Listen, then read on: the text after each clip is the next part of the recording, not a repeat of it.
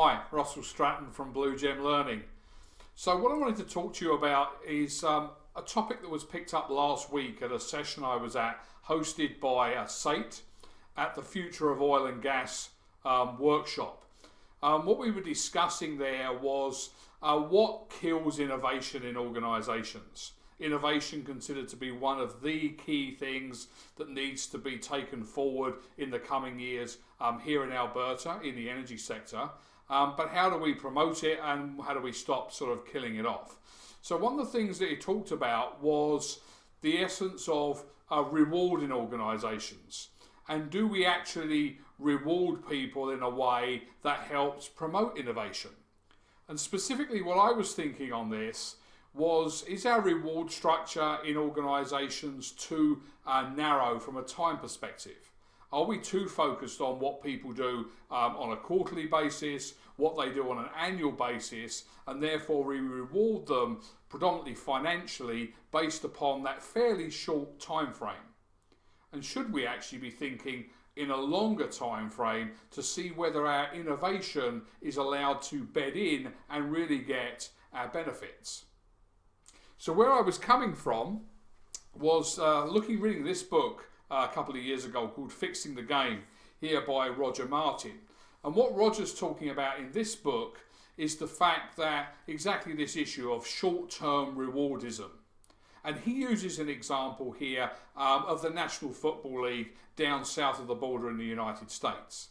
And if you use this analogy thinking about a particular team or a quarterback of a team, would we reward them in terms of their financial contract based upon the point spread that perhaps they have in 2 or 3 games during the season?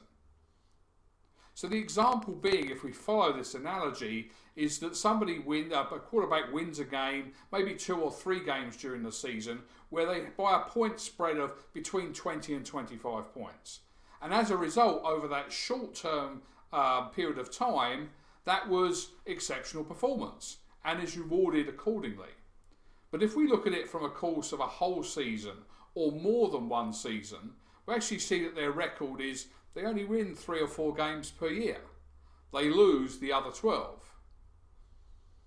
So will it be better to look at reward over a longer period of time to see what their longer term record was, and ultimately, did they win a Super Bowl? Rather than short-termism over just a few games and perhaps what was a blip in performance. I like to call this the Brock Osweiler approach.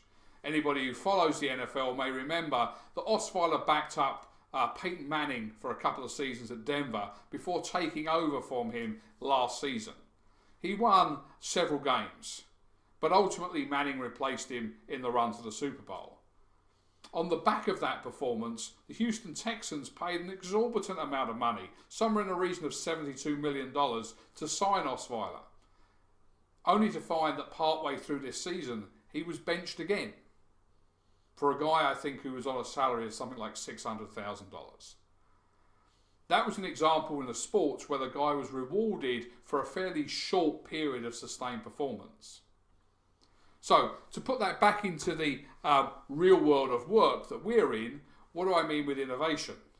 Well, if we're only allowing people a short space of time to show their mettle and to be innovative and rewarding them accordingly, we're missing a chance to see that often innovation and creativity takes a period of time to really its benefits to be seen.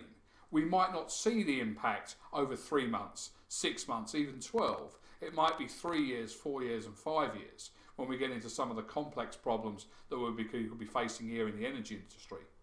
So perhaps we should be thinking about rewarding people over a longer term period rather than doing the reward over such short-termism.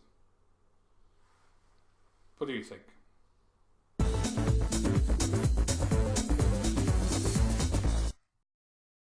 Hey guys, thanks for watching. I hope you enjoyed it, gave you some food for thought. Please feel free to share this with as many people as you like. Press the like button below, put your comments in. I'd love to hear what you think. Remember, if you like this content, you like what I've got to say and want to find out more, please visit my website at www.bluegemlearning.com and find out about some of the work that I do and how I may be able to help a company like yours.